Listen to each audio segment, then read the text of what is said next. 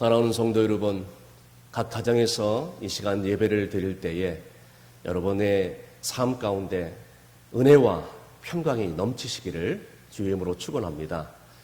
지금 우리가 사는 이 세상은 변명이 난무하는 시대를 살고 있습니다. 부모는 자식을 탓하며 자식은 부모를 탓하고, 그리고 정부는 국민을 탓하고 국민은 정부를 탓합니다. 남편은 아내를 탓하고 아내는 남편을 탓합니다. 뿐만 아니라 교회에도 마찬가지죠. 불신으로 이 세상이 가득 차 있습니다. 특별히 코로나19 이 시대를 살면서 한국교회의 신뢰성이 완전히 땅에 떨어져 버렸습니다. 누구를 탓할까요? 누구 때문일까요? 어떤 분들은 변명하기를, 목사님, 제가 그런 부정적인 환경 속에서 그런 부정적인 부모를 만날 수밖에 없어서 내 성격이 이럴 수밖에 없습니다. 목사님, 사랑하는 사람이 내 곁을 떠났습니다. 너무 원통하고 너무 속이 상해서 살 이유가 없습니다. 왜 그런지 이유를 모르겠습니다. 너무 막 화가 납니다. 또 어떤 분들은, 목사님, 나는 부모님의 재산이 변변치 않기 때문에 아무것도 물려받은 것이 없어서 앞으로 살아갈 길이 막막합니다.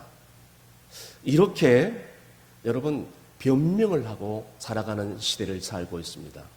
그런데 여러분, 마음이 아프고 화가 날 때 전적으로 이 이유는, 이 고통은 누구로부터 발생되느냐? 과연 우리의 삶 가운데 우리가 느끼는 모든 고통, 고난, 이 책임, 누구의 책임일까요? 근본적으로 본인의 책임입니다. 자기 자신의 책임이라는 거예요.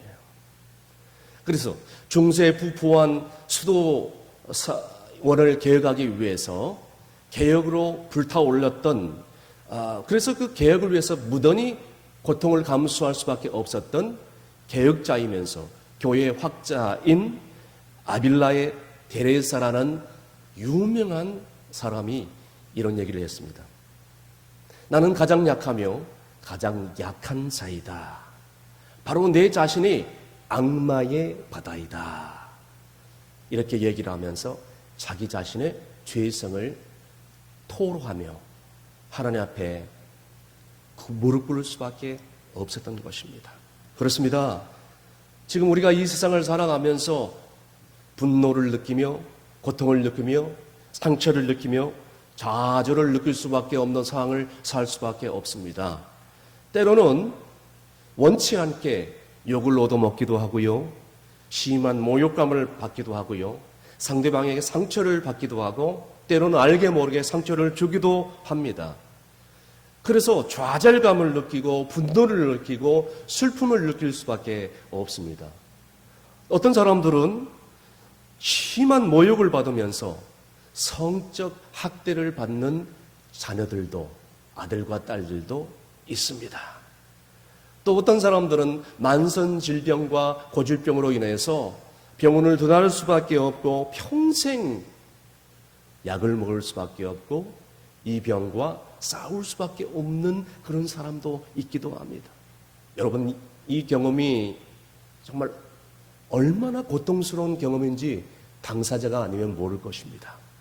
그런데 사랑하는 성도 여러분, 이 고통과 이 상처의 과거의 망령으로부터 벗어나려면 여러분 어떻게 해야 되겠습니까? 방법은 단 한 가지입니다. 과거의 망령으로부터, 과거의 상처로부터 내가 스스로 벗어나는 겁니다. 그렇다면 과거의 망령으로부터, 과거의 상처로부터 벗어나려면 어떻게 해야 될까요? 저는 오늘 중요한 메시지를 선포하고 싶습니다. 첫 번째, 마음의 상처를 훌훌 털어버리라는 것입니다. 오늘 본문 5절 말씀 다 함께 있습니다. 거기 38배 된 병자가 있더라. 아멘. 베데스다 연못, 그리고 그 주변에 수많은 병자들이 있었고, 오늘의 본문의 주인공인 38년 된 병자가 있었습니다. 이 38년 된 병자는 연못물이 동하기만 바라보고 연못에서 수십 년 동안 기다리면서 자기의 병이 낫기를 간절히 바랬으나 이미 그는 1년도 아니고 2년도 아니고 10년도 아니고 38년 된 병이라 그런 이 만성고질병으로 인해서 몸은 딱딱하게 굳을 대로 굳어버려 회복 불가능한 상태입니다. 의사 선생님의 말로는 이미 치료 불가능한 상태다 이렇게 생각하시면 되겠습니다. 그럼에도 불구하고 연못에 희망이 없어도 그래도 연못을 떠나지 못하는 이 불쌍한 인생, 그게 바로 38년 된 병자였는데 이 38년 된 병자를 오늘날에 누구를 가리키는 것입니까? 이 38년 된 병자는 오늘날에 자칭 자기가 베데스다라고 얘기하는 어리석은 사람 또한 그리고 이 베데스다처럼 보이는 장소에서 어리석게도 시간 낭비하고 그리고 거기에 매달려 사는 수많은 인생들을 상징할 수밖에 없습니다. 그러나 여러분 중요한 것은 이 베데스다에는 희망이 없다는 것입니다. 소망이 없어요. 가능성이 전혀 없어요.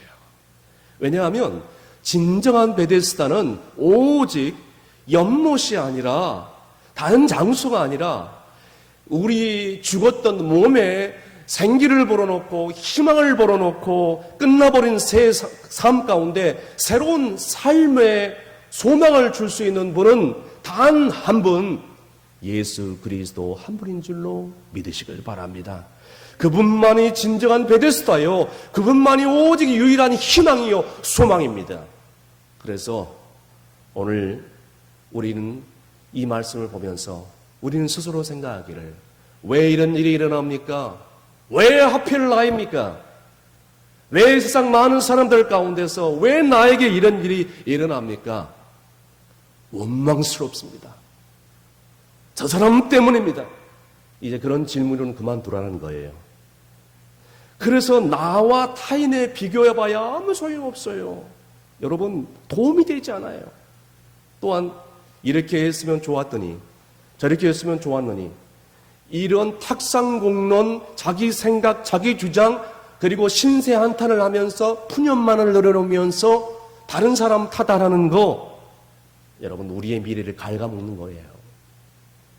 그 생각이 우리를 불행하게 만드는 그런 조건인 것입니다. 그러므로 과거의 상처를 훌훌 털어버리고 정말로 우리에게 잘못한 사람이 있다면 정말로 진실로 용서를 구하고 무엇보다도 우리 자신이 저지른 실수를 우리 스스로 용서를 할 수 있어야 돼요. 내가 결단을 내려야 되는데 심지어는 어떤 사람도 봤어요. 이런 사람도 봤어요. 사랑하는 사람을 먼저 데려갔다고 사랑하는 사람이 저렇게 어려움을 당했다고 왜 하나님은 내 기도에 응답하지 않냐고 내가 그렇게 하나님께 기도를 했는데 하나님께 화를 내면서 오히려 하나님을 원망하고 하나님께 모든 불만과 불평을 다 쏟아붓고 하나님을 떠나버리는 사람들이 우리 주변에 종종 있습니다. 여러분 어떤 경우이든지 우리의 마음에 얽히고 설켜있는 실타래 이 상처의 실타래를 여러분 이 심리학 용어로 쓴뿌리라고 합니다. 쓴뿌리. 이 쓴뿌리를 예수 그리스도 안에서 십자가 안에서 풀지 않는 한 절대로 행복은 오지 않습니다. 절대로 축복은 오지 않아요. 그런 부정적인 태도와 분노를 떨쳐버리라는 거예요. 오늘 하나님이 이렇게 명령하고 있습니다. 주님이 명령하고 있는 겁니다. 그러니까 채널을 바꾸라 해요. 불행의 채널이 생각날 때 채널을 바꿔야 해요. 여러분 요즘 코로나19가 재확산되면서 가정에 있는 시간이 너무 많아 TV를 시청하는 분들이 너무나 많을 겁니다. 여러분 리모컨으로 채널을 바꿀 수 없는 사람 없을 거예요. 아무도 없어요. 여러분 TV 프로그램이 마음에 안 들 때 여러분 어떻게 해야 되나요? 리모컨을 꾹 누르면 바로 내가 원하는 채널을 볼 수가 있습니다. 리모컨 채널만 바꾸면 돼요. 그런데 어떤 사람들은 부정적인 생각이 들 때, 과거의 망령의 생각 떠오를 때에 빨리 우리의 영적인 채널을 바꾸어야 되는데 오히려 소파에 앉아가지고 팝콘을 먹으며 간식을 먹으면서 부정적인 채널을 느긋이 즐기고 있다는 거예요. 그 상처받았던 그 현장을 다시 떠오르면서 그 사람을 원망하면서 환경을 탓하면서 상황을 탓하면서 그걸 느긋이 즐기고 있다는 거예요. 어떻게 하면서? 과거의 상처와 고통을 다시 리마인드, 녹화를 다시 한번 하면서 옛날 재방송을 다시 틀면서 떠오르면서 또다시 절망감이, 분노감이 밀려온다 할지라도 그때마다 깜짝깜짝 놀라면서, 여러분 이런 사람들이 나중에 어떻게 되는지 아십니까? 정신과를 찾아가더라고요. 제 주변에 많은 사람들을 봤어요. 정신과를 찾아가서 약을 복용하더라고요. 약을. 그 약을 아니면 하루도 살 수가 없답니다. 부정적인 과거의 이미지가 갑자기 떠오를 때면, 부정적인 마음의 상처가 갑자기 떠오를 때 여러분 우리가 마음의 채널을 당장 바꿔야 돼요. 아멘. 왜 바꿔야 됩니까? 왜 우리의 마음에 평안과 기쁨이 그것을 봄으로 인해서 사라지기 때문에. 인간은 시각적이에요. 인간은 청각적입니다.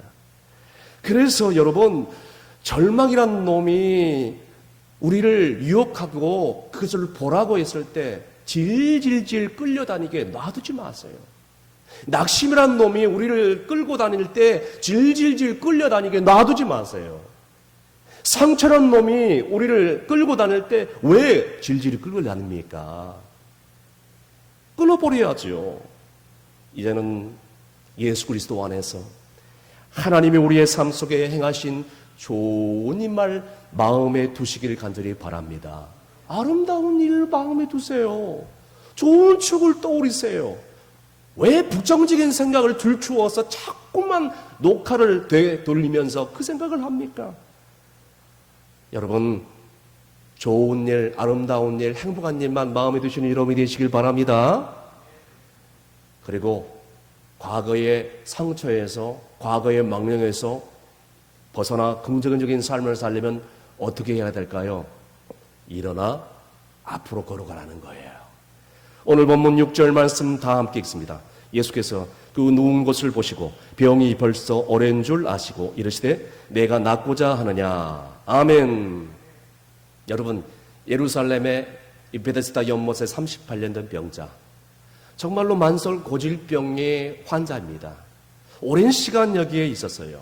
기적을 바라보면서 베데스다 연못에 그저 거적을 깔고 그저 어떤 사람이 나를 데려와서 이 연못에 데려다 줄까, 넣어줄까, 평생 앉았다 누웠다 원망하고 불평하면서 이런 인생을 몇 년 살았다고요?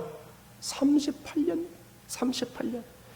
그런데 여러분, 정말 아이러니하게도 오늘날 이 시대를 바라보니 이 만성고질병 38년 된 병자처럼 오늘도 이렇게 누워서 푸념을 하고 원망하는 사람들이 곳곳에 널려 있다는 거예요. 얼마나 많은지 몰라요. 오늘 본문에 나와 있는 베데스다 연못의 38년 된 병자와 그 사람들과 차이라면, 여러분, 이들의 병은 육체적인 병도 병이지만 심리적인 병이 더 심해요. 영적인 병이에요. 마음의 병이죠. 고질병입니다. 혹시 여러분들 가운데 과거의 상처에 사로잡혀 있는 분들이 오늘 여기 와 계십니까? 그리고 이 영상을 보고 있습니까?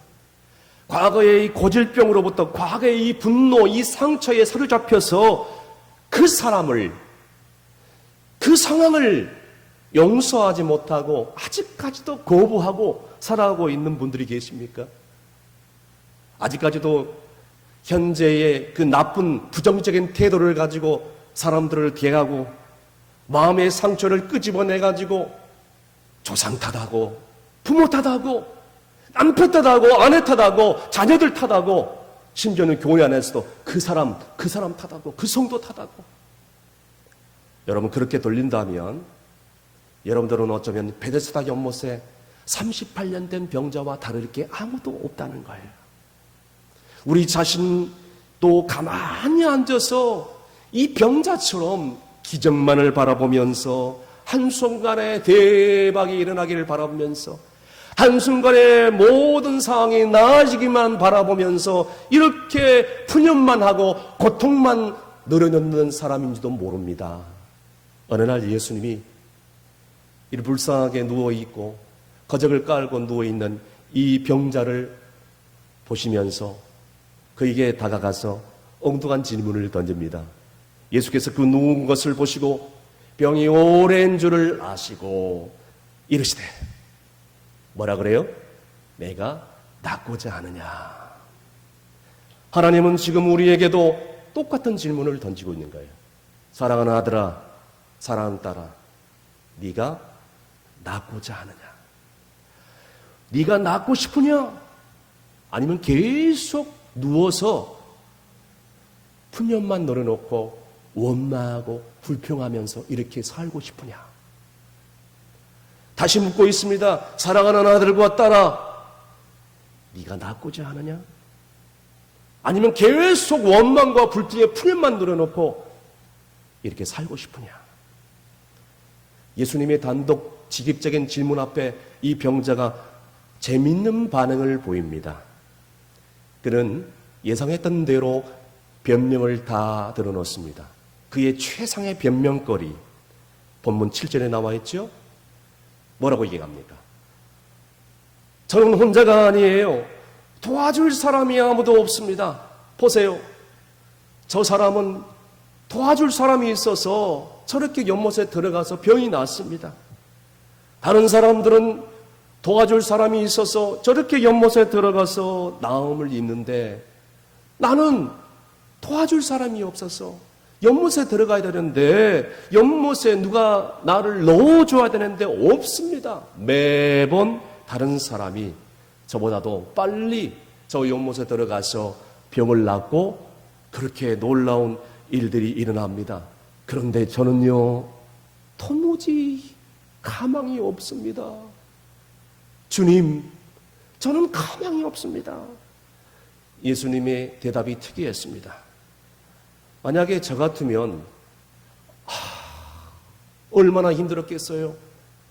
정말 그렇군요. 지금까지 이 연못가에서 38년 동안 얼마나 고통의 세월을 보냈겠습니까? 고생 많이 했습니다. 너무너무 안 됐습니다. 너무나도 힘든 시간을 보냈군요 하면서 눈물을 보였을 것입니다. 그런데 예수님 뭐라고 말씀하셨습니까? 8절 말씀에 뭐라고 얘기하고 있습니까? 예수께서 이르시되 일어나라 내 자리를 들고 걸어가라. 이게 무슨 말씀이에요? 일어나라 네 자리를 들고 걸어가라. 이 말씀의 송뜻이 무엇일까요? 아무개야 30발 된 병자야, 네가 정말로 낫기를 원한다면, 네가 정말로 이 고통에서 벗어나기를 원한다면, 네가 정말 이 과거의 망령에서 헤어나기를 원한다면 내가 반드시 해야 될 일이 있다. 그것은 일어나 네 자리를 들고 걸어가는 거다. 예수님께서 말씀하시죠. 30살 된 병자가 예수님 말씀대로 그대로 벌떡 일어납니다. 그리고 그동안 의지했던 거적을 들고 걸어갑니다. 병이 그 순간 완전히 깨끗하게 치유받은 것입니다. 할렐루야. 사랑하는 성도 여러분, 이 병자에게 주신 말씀 오늘 동일하게 우리에게 주시고 있습니다. 아무개야, 네가 정말로 낫기를 원하냐? 네가 정말로 그 과거의 망령된 상처에서 벗어나기를 원하느냐? 그렇다면은 힘차게 과거의 망령의 거적을 다 떨쳐버리고 과거의 상처를 훌훌 털어버리고 일어나 걸어가라. 지금 이 말씀하고 있는 것입니다. 네가 정말로 그 병든 몸에서 온전한 몸과 건강한 영과 마음으로 회복되기를 원한다면 그 과거의 상처로부터 일어나 걸어가라. 더 이상 자기 연민에 빠져 있지 말고 자기의 상처에서 헤어나오지 못하는 그런 삶을 살지 말고 더 이상 고통으로부터 누워있지 말고 일어나 걸어가라는 것입니다. 여러분, 걸어가는 길만이 사는 길이에요. 그것도 주님을 바라보면서. 예전에 어떤 집회에 참석했는데 그 집회 강사 목사님이 간증을 하는데 지금도 아주 생생하게 너무나도 은혜스러워서 잊지 못하고 있습니다. 자기 교회에 이제 목회 간증을 하는데요. 목회하면서 가장 힘든 때가 언제냐고 누군가가 물어봤는데 그때는 이런 때가 되지 않았는가. 예를 들자면 자기 성도들 가운데 자영업자들이 많아요. 자영업자들에게 주일을 성수해야 하나님께서 기뻐하십니다. 곧 이 말은 주일날은 문을 닫아라는 거예요. 식당 문 닫고 또 사업 문 닫고 온전히 주일을 성수하고 예배를 드리라는 의미입니다. 그런데 그 교인들 가운데서 이 사업장, 식당을 운영하는 그런 교인, 집사님 부부가 있었답니다. 이 집사님 부부가 얼마나 식당을 잘 운영하고 그래서 요리를 잘하고 맛깔난 음식을 잘 만들어내는지 유명한 대박 맛집이 돼버렸어요. 방송에서도 한번 나왔는데 여러분 놀라지 마세요. 하루 매출이 얼마인지 아세요? 하루 매출, 한 달 매출이 아니라 하루 매출이 2천만 원. 놀라지도 않네요. 놀라지도 않아. 하루 매출이 2천만 원. 한 달이 아니라. 그럼 계산해 보세요. 한 달이면 얼마인가? 그러니까 막 손님들이 줄을 서서 먹는 거예요. 표를 받기 위해서. 그 맛집에서 식사 함께 하려고. 그러니까 가만히 앉아서 동방석에 올라가는 겁니다. 가만히 앉아서도 그냥 돈이 들어오는 거예요. 그런데 문제는 뭐예요? 이 집사님 부부가 돈맛을 아니까 또 식당이 대박이 터지고 맛집으로 소문나니까 주일날에도 문을 열 수밖에 없어요. 그래서 교대로 처음에 뗐답니다. 아내가 식당에 있으면 남편이 예배를 드리고 남편이 식당을 주일날 오전에 맡고 또 아내가 또 맡고 이렇게 교대로 했답니다. 그런데 나중에 손님이 막 구름대처럼 몰려오니까 집사님 부부가 두 분 다 주일을 온전히 예배를 드리지 못해요. 식당을 운영하기 때문에. 자, 주일날 문을 닫고 주일 성수하라고 계속해서 목사님은 얘기할 수밖에 없어요. 아, 그렇지 않아요? 그럼 목사님이 성도들한테 그래요. 손님들은 많으니까 주일날 문 닫으세요. 하나님도 아실 겁니다. 그런 목사님이 어디 있겠어요? 안 그래요, 집사님?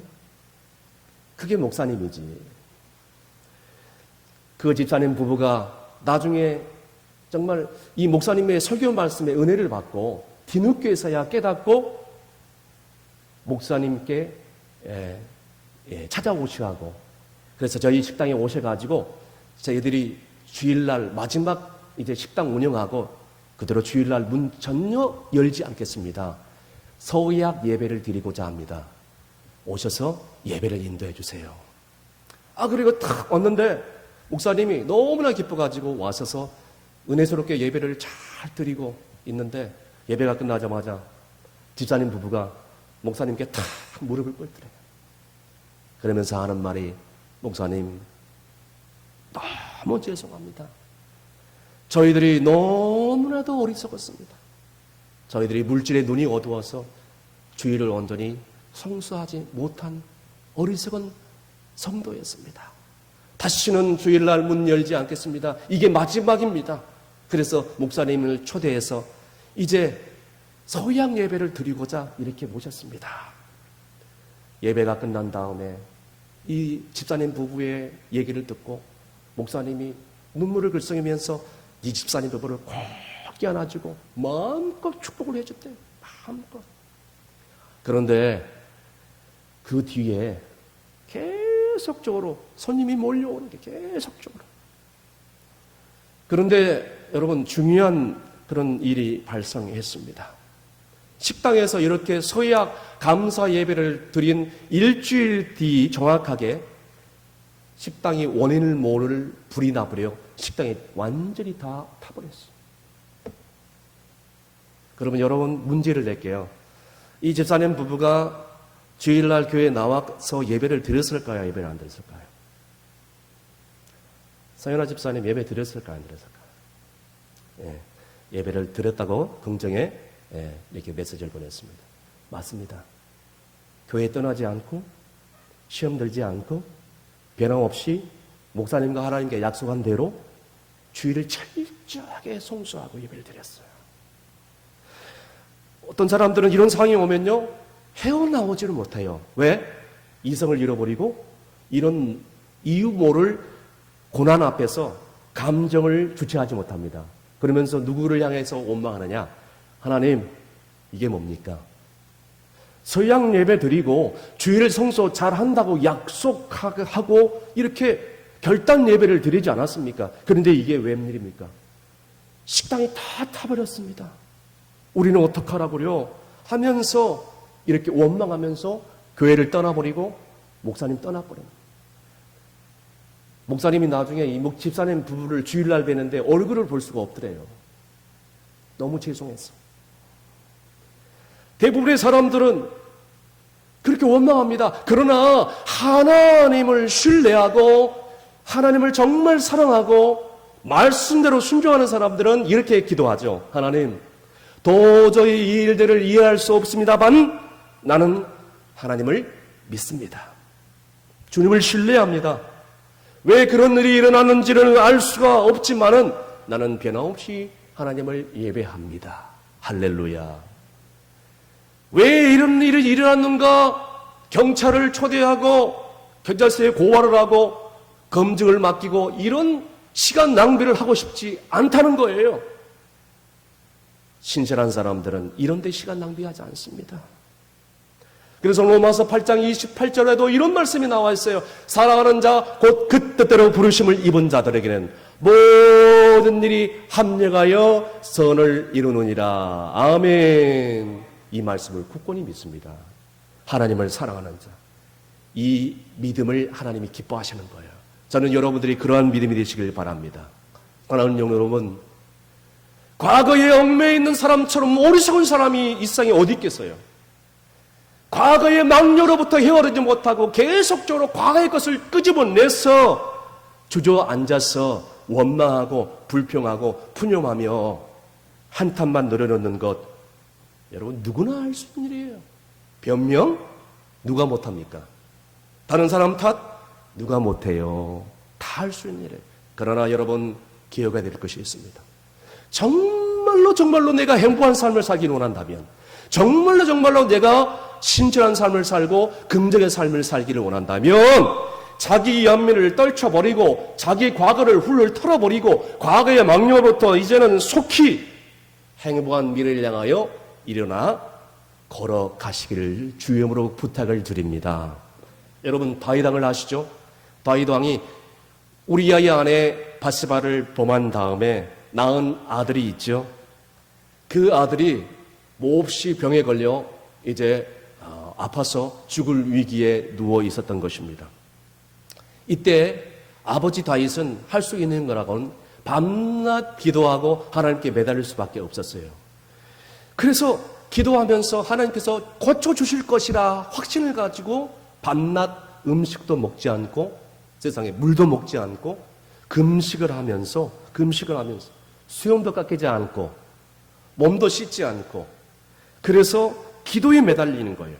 그래서 아무 일도 하지 않고 정사도 돌보지 않고 오직 자기 병든 자식 살려달라고 하나님께 간절히 울부짖으면서 기도할 수밖에 없었습니다.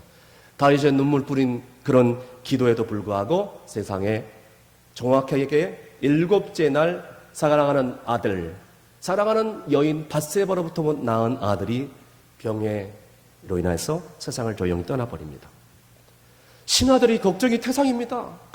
큰일 났다. 왕자가 죽게 되었다는 소식을 왕이 알게 되면 어떻게 하나? 왕이 얼마나 낙심에 빠질까? 이 소식을 어떻게 알려야 될까? 왕이 얼마나 비통해 할까? 하지만 다윗이 결국 이 아들의 죽음의 소식을 듣고 난 다음에 행동이 주변 모든 사람들을 깜짝 놀라게 만듭니다. 아들의 죽음을 들은 다윗이 바닥에서 일어나서 그동안 씻지 않았던 얼굴을 씻고 그리고 금식을 풀고 새 옷으로 갈아입고 신하들에게 음식을 가져와 달라고 얘기하고 먹고 마시고 쉬었던 것입니다.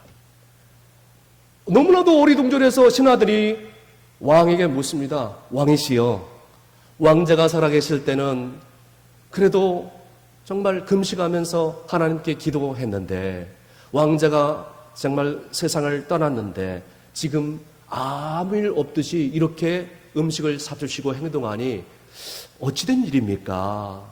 그때 다윗 왕이 이렇게 합니다. 이상할 거 하나도 없다. 이상할 거 하나도 없다. 아들이 아플 때는 하나님이 치료해 주실 줄 믿고 내가 금식하고 기도했건만 이제 아들이 이 세상을 떠나서 지금 나와 함께 있으려고 해도 잊지 못하는 상황이지 않느냐. 아들이 떠난 지금 죽은 아들이 다시 살아올리는 만무하고 이 어려운 상황을 다시 돌이킬 수는 없지 않느냐. 나중에 내가 죽으면 혹여 사랑하는 아들을 다시 볼 수 있건만 지금 죽은 아들이 어떻게 살아올 수 있겠느냐라고 한마디를 딱 합니다. 사랑하는 성도 여러분, 이 다윗의 태도에서 여러분들은 어떻게 생각을 하십니까? 그는 절망에 빠지지도 하나님을 의심하지도 않고 불평하지도 않고 원망을 토로하지도 않고 누구 탓이라고 정죄하지도 않았다는 거예요.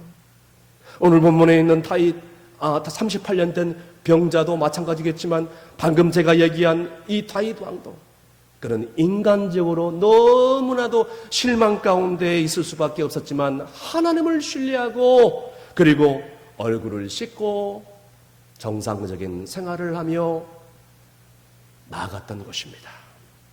사랑하는 성도 여러분, 오늘 이 다윗의 태도를 통해서 우리가 뭘 배워야 될까요? 오늘 다른 사람에게 상처를 주는 삶을 살아지 않았나요? 그것도 모른 채 반대로 누구에게 상처를 받아 고통 가운데 지금까지 온 분들이 계십니까?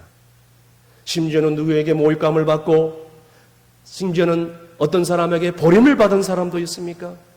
식음을 전폐하고 간절히 기도하고 믿었는데 이 고통으로부터 이 과거의 망령으로부터 벗어나게 해달라고 간절히 기도하고 매달렸는데 하나님의 음성을 들려주지 않았습니까? 그래서 하나님을 떠난 사람들이 있습니까?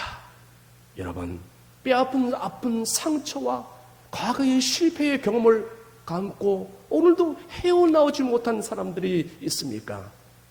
모두 다 지난 일이 모두 다 지난 일이에요. 과거를 돌이킬 수 없어요.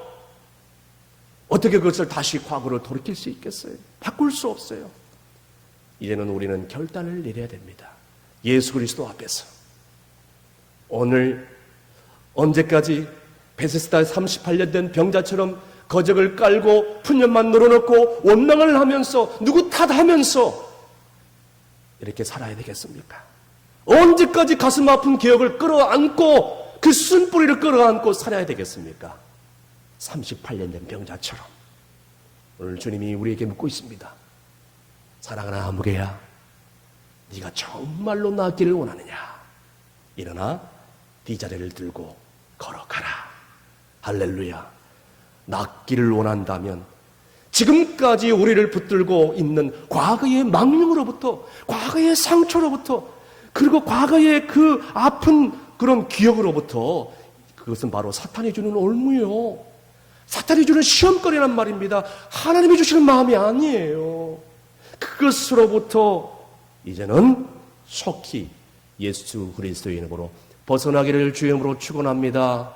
우리 가정을 얽매고 있는 과거의 상처, 망령들, 우리 교회, 한국교회를 얽매이고 있는 과거의 상처와 망령들, 이 나라 민족 가운데 깔려있는 모든 과거의 망령들, 상처들, 배신감들 누구 탓하면서 그것을 끊어버리고 스스로 잿더미 위에서 일어나시기를 주임으로 축원합니다. 말씀의 결론을 내립니다. 사랑하는 성도 여러분, 38년 된 병자의 모습은 다름 아닌 저와 여러분의 모습일 수도 있습니다.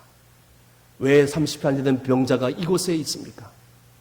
그는 여러분 죄로 인해서 그럴 수밖에 없었던 것입니다. 마찬가지로 우리도 죄로 인해서 고통받을 수밖에 없는 것입니다. 그러나 죄를 지금이라도 진정으로 십자가 앞에 나와서 회개하고 다시 한번 이제 고침을 받으며 쓴뿌리를 십자가의 사랑으로 다 제거하고 믿음으로 일어나야 돼. 그래야 우리가 살 수 있다는 것입니다. 우선적으로 우리가 해야 될 일은 내 마음 가운데 과거의 그 상처, 고통, 그것을 다 드러내야 돼요. 드러내지 않고서는 치유받을 길이 없어요. 썩은 고름은 메스로 째내야 돼. 그 썩은 고름 가지고 있다가는 나중에 죽을 수밖에 없는 것입니다.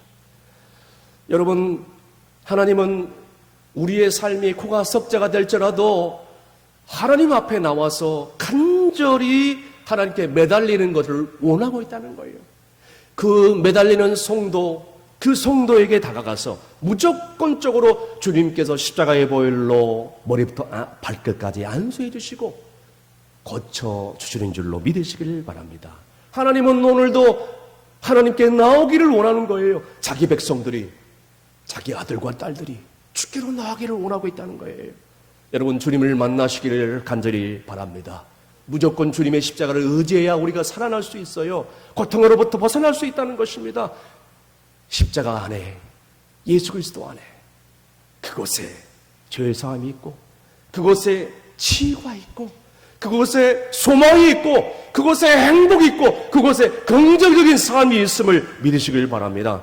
지금은 코로나19와 자연재해로 상중고를 겪고 있는 수많은 사람들이 있습니다. 여러분, 이제는 우리가 하나님께 나아가서 하나님의 말씀을 듣고 위로받고 우리의 영과 육이 강건하여 고침받아 행복한 삶, 승리의 삶을 사는 저와 여러분이 되시기를 주의 이름으로 축원합니다. 기도하시겠습니다. 우리의 치유가 되기 전 하나님 아버지, 어리석은 무지한 저희들을 사랑해 주시고 하나님의 자녀로 인쳐주신 것을 감사옵나이다. 때로는 38년 된 베데스다 병자처럼 우리의 상처, 과거의 상처를 준 사람, 그 상황과 그 환경, 그 고통 때문에 비통함과 분노와 원망에 사로잡힐 때가 얼마나 많으셨습니까?